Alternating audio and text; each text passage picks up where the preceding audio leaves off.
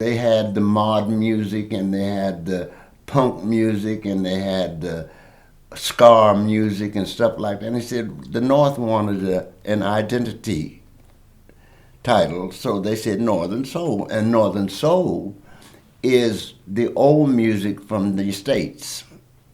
That's all it is. But it's not the A-sides, it's B-sides, because they feel the B-sides have never been heard and they're rare. So they took the B-sides and they made it the Northern Soul single.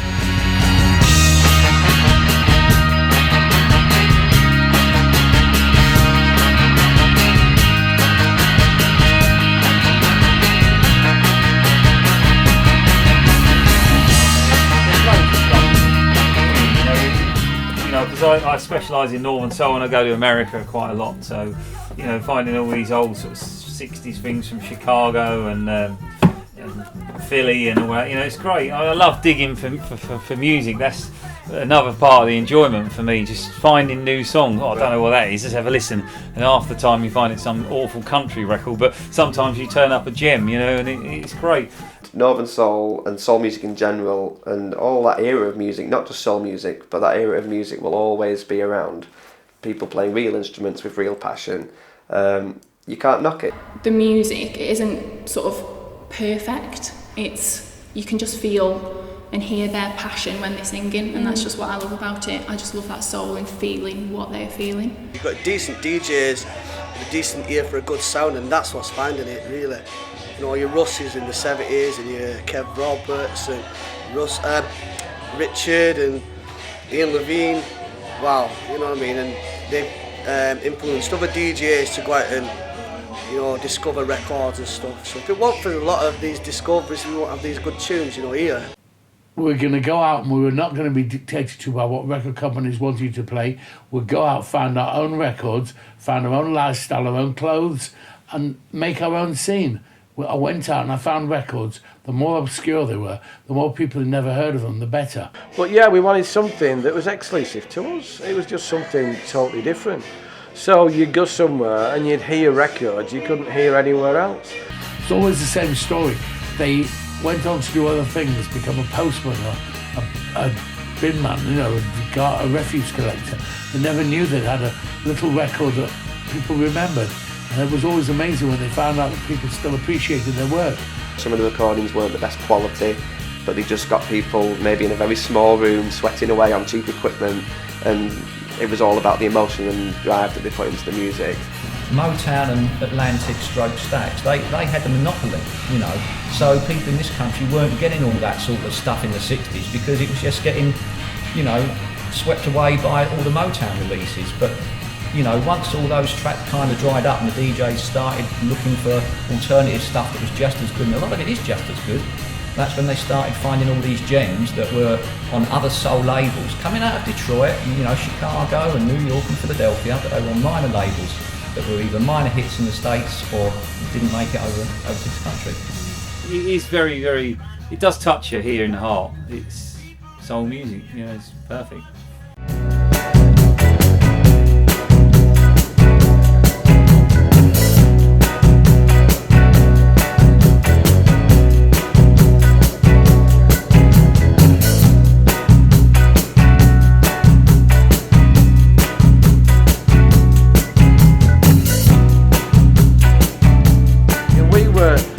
Records that they didn't know had become available. So we did have this fact of we just loved the scene so much that we wanted to uncover the things and what they did in the past, And that was the amazing thing with Tommy Hunt, with the Flamingos and Boogaloo Party that he did.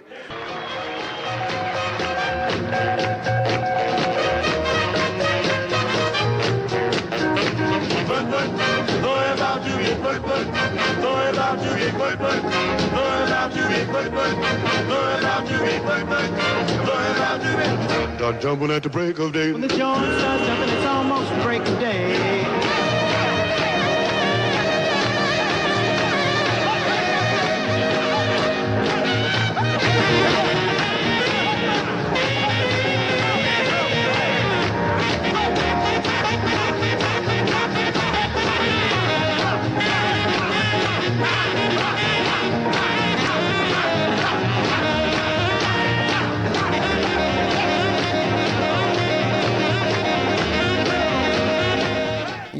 do, Tommy? I said, I'm a singer.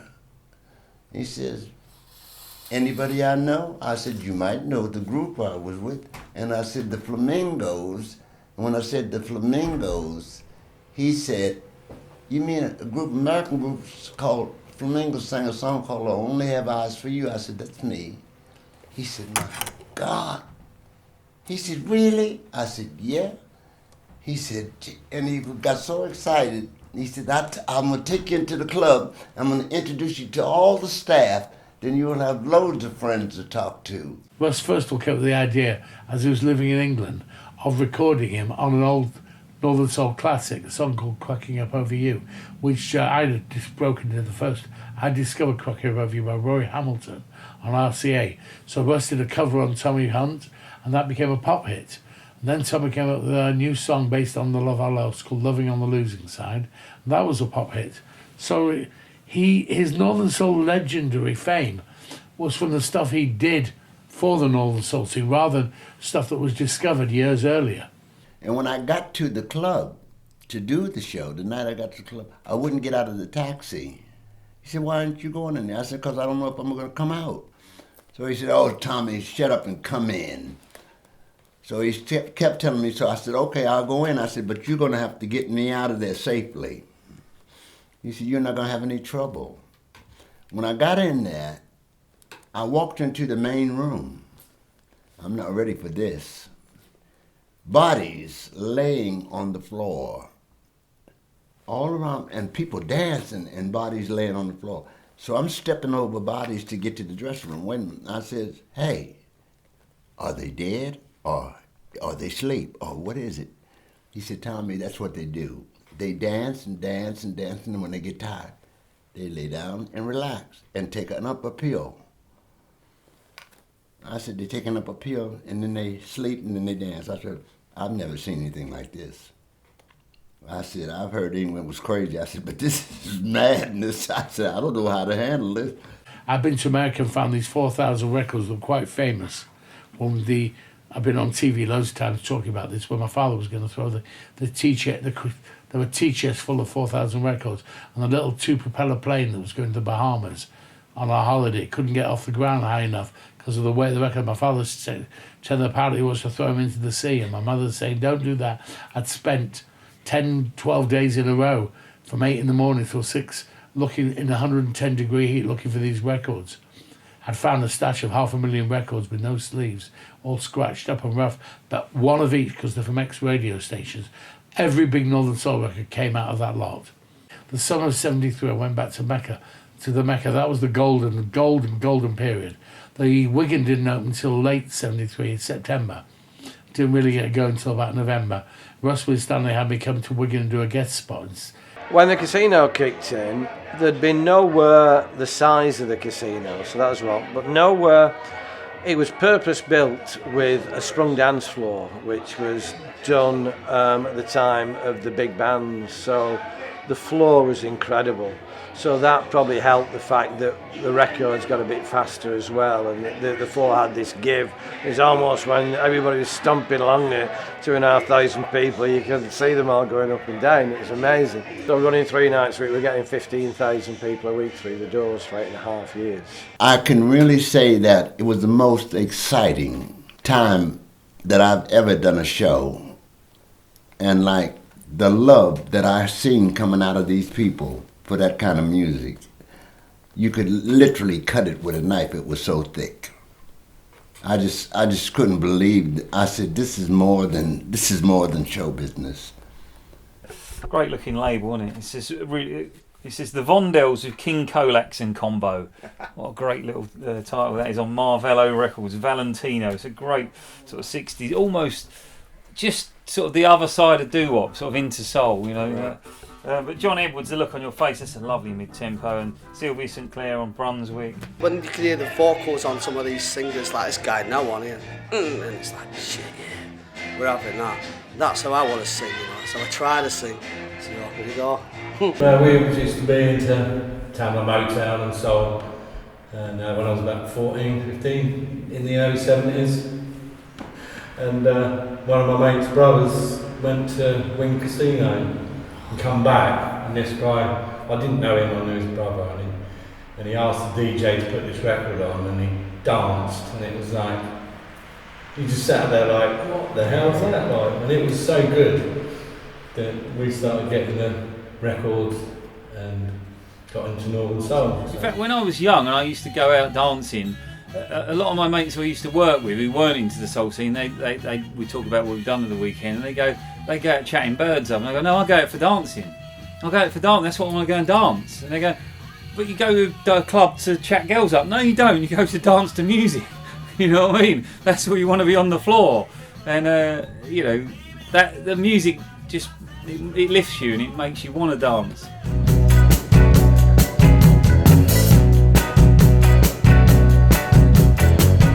You go, you hear the music and your body just moves. You know, it takes over you. You don't necessarily think, right, what's my next step? You know what I mean? You look round and you can just tell everybody is in their own zone and they're just feeling the music because it comes from the music. Back then it was extremely energetic dancing as well, and it was fantastic to be able to do that. It really was. Step back and then out again. So that would be the basic step.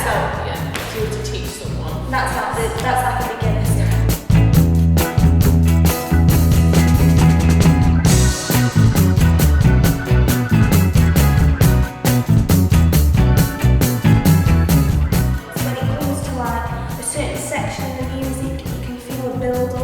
And that either comes with, it's sort of like an explosion, so that can come with a spin, it can come with a kick, a jump, anything, because the basic step is you want to feel the rhythm first. You really like that? Poppy's more the faster, and I'm more like, I like the chilled romantic ones, and Poppy likes the comfy. I like really just go for it, let my energy out.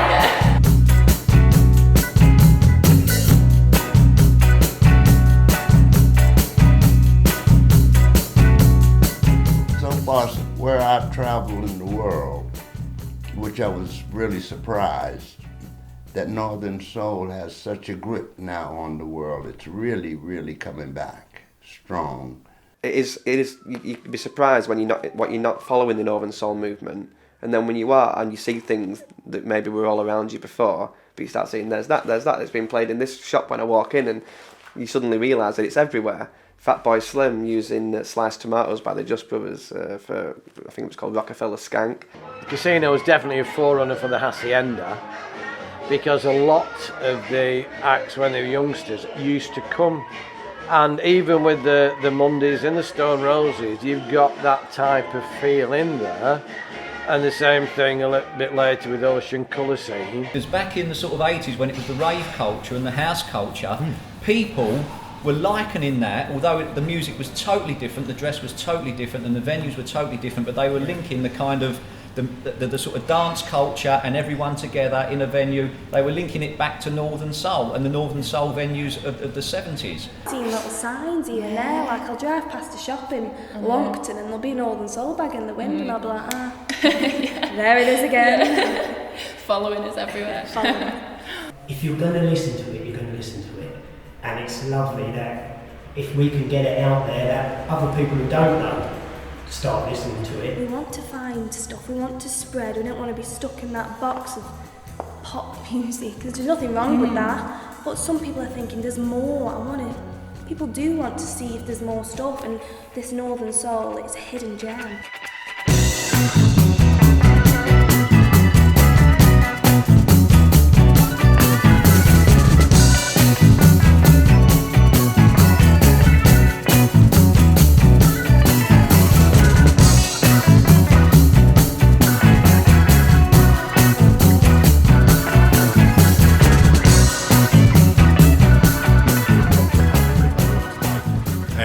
When you stood at the top of the steps, you can hear the music, or when you get out of the taxi, you can hear the music.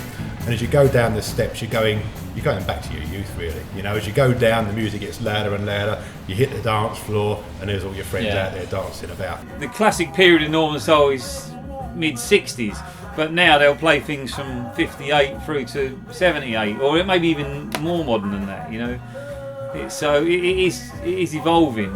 I think Northern Soul looked on a working class scene and looking really at everybody managing to get on and doing what they can do and enjoy themselves. You know, we put up with the week because we have the weekend.